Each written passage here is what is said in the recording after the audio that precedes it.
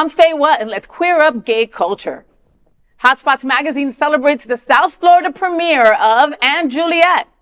Our Hotspots Happening Out LGBTQ lifestyle magazine, Hotspots, is back with features on the South Florida premiere of And Juliet, the bold, high-energy musical reimagining Shakespeare's classic love story with a queer-forward twist, and a soundtrack packed with pop anthems, playing December 30th through January 4th at the Adrienne Arsht Center before heading to Broward Center January 13th through 25th.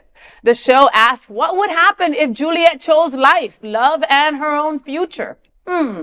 Created by the Emmy-winning writer of Schitt's Creek, And Juliet features hits like Since You've Been Gone, Roar, and Baby One More Time. Since You've Been Gone! I know everybody was thinking that, right? All by legendary hitmaker Max Martin. Miami audiences will also cheer hometown favorite Joseph Torres as Romeo. In an exclusive Hotspots interview, non-binary actor Nico Ochoa, who plays May, shares a message for the community. Quote, "My message is to always keep shining and shine your light wherever you can. If I can do this as a non-binary actor, so can you," end quote.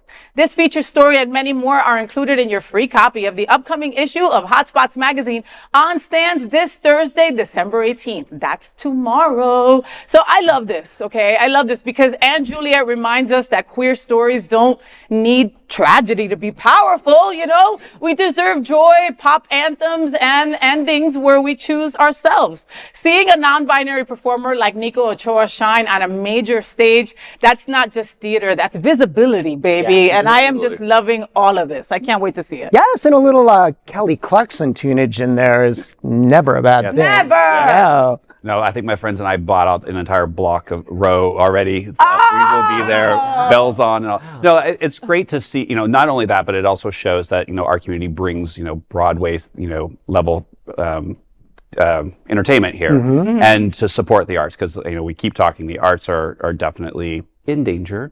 And so to have that and have the visibility all wrapped in one fabulous day, why wouldn't you be there? It's like the arts have been like, that was the first thing cut when they were thinking of budget cuts. And it's like, where are most queer people at?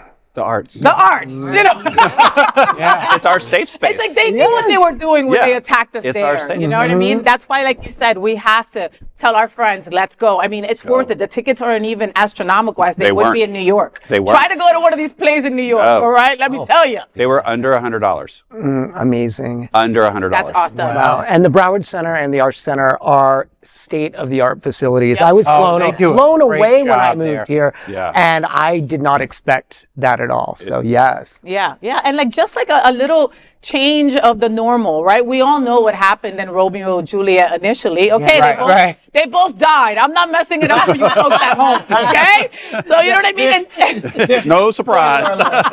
No, but I liked when the Jets fought the Sharks. That was my favorite part. Well, I'm just thrilled that there's a non-binary person starring because, it's great that the non-binary community they have a movement now and they're being visible. I was non-binary for a little bit in the early 90s. And at that time, unless you were Prince or Boy George or, someone like that, people weren't having it. So when I saw how the non-binary people, gender non-conforming people are really thriving and being visible, I think it's wonderful. They have to be. They have to be, right? Because it's like, when you explain to someone why we are using they, them pronouns, you need to really express what that means and the difference between who you love and who you identify as, So that's just part of the education, right? We keep on educating by doing things like that. Yeah, and expressing non-binary on stage. Like I saw that done so brilliantly last year in Death Becomes Her. There was an incredible ensemble member who is non-binary, but was plugged into the show in both male, female, and in-between roles, costuming, makeup. They weren't forcing this person to be just a binary. Yeah. Right. And I know that person even faced some backlash from some conservative Broadway people. But that's what we need. I mean, it's such a joy to see on stage. Yes. It makes the art even higher. Higher. Yeah. Well, there is no other queer nonprofit media platform like this in the entire world. Support our LGBTQ stories by sharing them and subscribing to Queer News Tonight.